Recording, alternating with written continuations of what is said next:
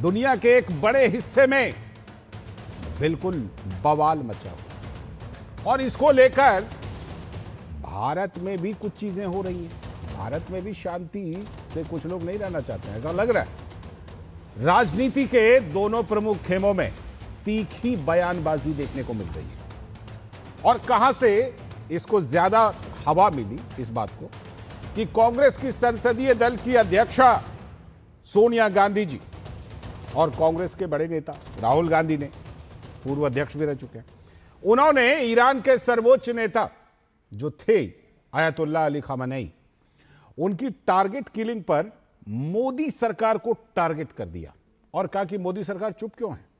उनका आरोप है कि यह चुप्पी जो भारत की विदेश नीति है उसकी दिशा और विश्वसनीयता पर गंभीर सवाल खड़े करती है।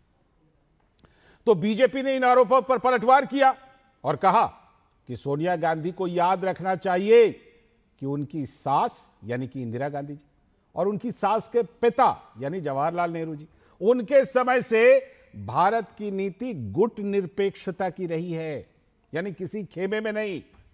और लंबे समय से यह भारत की परंपरा रही है कि जब भी कहीं भी दो देशों के बीच तनाव बढ़ता है तो भारत हमेशा मध्यस्थता करता है, बीच का रास्ता लेता है। हमने शांति की अपील की है।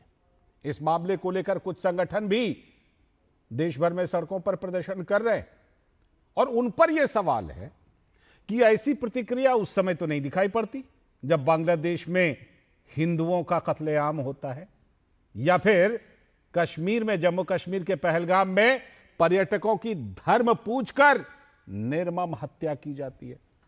उस समय ये सारे प्रदर्शन, उस समय ये सारी प्रतिक्रिया कहां चली जाती है।